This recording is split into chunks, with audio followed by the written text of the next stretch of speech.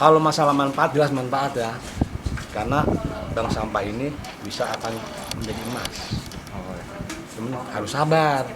Saya aja di kelurahan Jatinegara Kaum ini udah dapat 2 gram. Ada lagi dia nggak ada. Udah dapat 2 gram dari Kemarin hasil itu sampah. katanya yang tinggal di situ. Jadi saya Kan dia gua lagi pulang woro-woro ke kampung itu, warga-warga, nggak ada yang ya ngambil, diambil orang katanya. biar kita menjual sampah menjadi emas. Iya, pulang.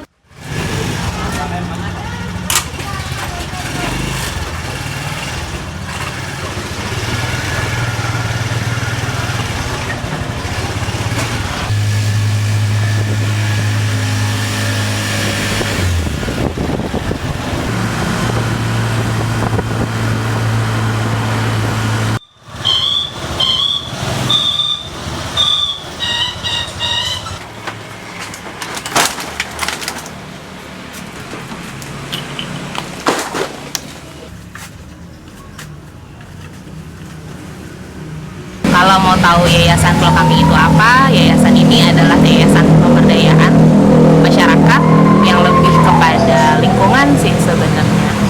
Itu di yayasan ini ada kegiatan, ada bank sampah, terus ada hidroponik, kemudian juga ada kerajinannya juga sebenarnya. Kita di sini ada 2 legalitas, ada yayasan dan juga koperasi, di mana yayasan bisa bersinergi sama kegiatan koperasi. Bank sampah contohnya, di bank sampah pasti ada transaksi sampah dan uangnya disimpan di koperasi, bisa juga masuk ke dalam program Nyimas, merubah sampah menjadi emas. Sebenarnya Ibu Vera sebagai inisiatornya ini nggak kepikiran akan jadi yayasan, berawal dari kegiatan koperasinya dulu. Jadi di tanggal 8 Januari 2014 itu Bu Vera bikin kegiatan menabung secara konvensional. Mulai dari situ ketemulah masalah bahwa ada warga yang mau ikutan nabung tapi nggak ada uang karena penghasilan suaminya itu sekitar 50.000 dalam 1 minggu. Sekarang uang 50.000 buat 1 minggu mau buat apa?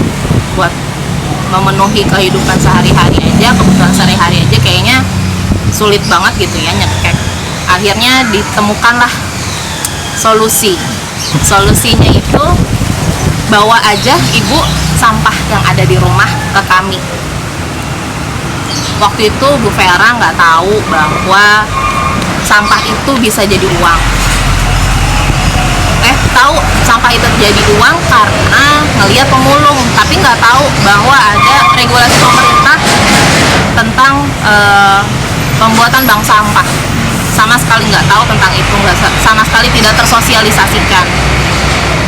Menemukannya itu prosesnya juga lumayan, nyari di googling gitu kan, nyari di internet, YouTube segala macam. Akhirnya ketemulah titik bahwa sampah itu bisa dikelola sama satu lembaga, yaitu bank sampah.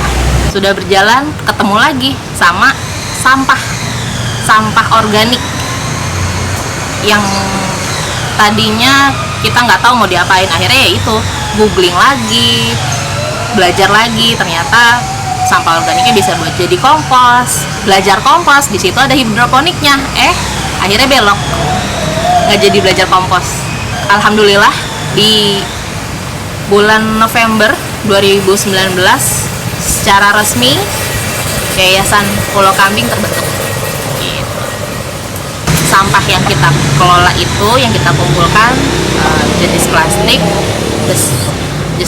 jenis plastik, terus besi, kertas, semuanya ada klasifikasinya lagi gitu kan. Saya kayak plastik itu ada yang bentuk botol plastik putih, biru, dan yang warna gitu misalnya. Nah, harganya masing-masing. Jadi setiap klasifikasi sampah itu harganya juga masing-masing. Di kertas misalnya ada yang harga 500, ada yang harga 300. Begitu juga di plastik. Botol itu bisa di harga 2.500 sampai 3.000, tapi kalau misalnya model gelas plastik itu bisa lebih mahal, bisa sekitaran angka 4.000-an lah paling murahnya. Saat ini selama pandemi kita baru berhasil mengumpulkan sekitar 800 kilo per bulan. Tapi kalau lagi di sebelumnya bisa 3-5 kali lipat dari itu dalam 1 bulan. Kenapa? Karena nasabah kita itu rata-rata ada di instansi dan sekolah. Ya, tahu sendiri sekarang kan sekolah juga lagi kosong, lagi nggak sekolah anak-anak, jadi ya itu berdampak juga sama kita. Di yayasan itu ada program lain selain bank sampah, yaitu namanya Petani Kerabat Pulau Kambing, di mana di dalamnya itu kelola hidroponik, kemudian kita kelola biopori. Di hidroponik bukan cuman sayur yang sudah siap panen aja yang kita jual, tapi juga peralatannya sampai bahan bakunya, kayak bibit, benihnya juga, terus nutrisi segala macam. Itu kalau dari sisi yayasan.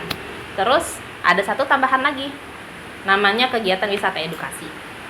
Nah, di kegiatan wisata edukasi ini, sebelum masa pandemi, kita biasa menerima anak-anak mulai dari TK, PAUD, TK, SD, SMP, SMA, terus mahasiswa juga, bahkan komunitas, bisa komunitas warga kayak dari RT RW gitu kan. Terus bisa juga dari majelis, pokoknya komunitas, semua kalangan bisa datang ke sini untuk belajar. Belajar apa? Ya semua tentang lingkungan dan tentang kegiatan ekonomi. Gitu. Aspek ekonominya ada, aspek sosialnya ada yang kita kasih info. Kemudian budayanya ini dari budaya mau milah. Terus juga pendidikan. Gitu. Kita jelasin semua kegiatan kami di sini, mulai dari belajar milah itu apa sih, sampah itu apa sih, apa yang bisa dipilah sih, terus setelah dipilah dikemanain sih sampahnya, sama pengenalan tentang si koperasi. Jadi biasanya kami ajak anak-anak, misalnya anak-anak kami ajak untuk belajar menabung di sini, belajar menabung, bagaimana teller bekerja, bagaimana CS bekerja, customer service. Peran masyarakat sama kegiatan Yayasan Pulau Kambing bagi kami cukup baik. Mereka bisa bukan bisa ini, lebih kepada mereka mau ikut membudayakan pilah sampah dari rumahnya sendiri. Tuh. Mereka ngajak keluarganya, anak-anaknya, suami atau istrinya untuk ikut memilah, kemudian ditabung ke sini. Itu adalah bagian dari kontribusi mereka. Kalau bicara kendala, di mana ada dukungan pasti ada yang tidak juga mendukung. Ada pro dan ada yang kontra. Nah, kami menghadapi juga itu. Ada warga juga yang tidak mau, bahkan tidak mendukung kegiatan. Yaitu tapi hal yang wajar lah. Semua kegiatan, semua aktivitas pasti ada yang pro kontra. Jadi ya sudah, jalanin aja apa yang kita anggap benar. Selama itu baik, ya just do it.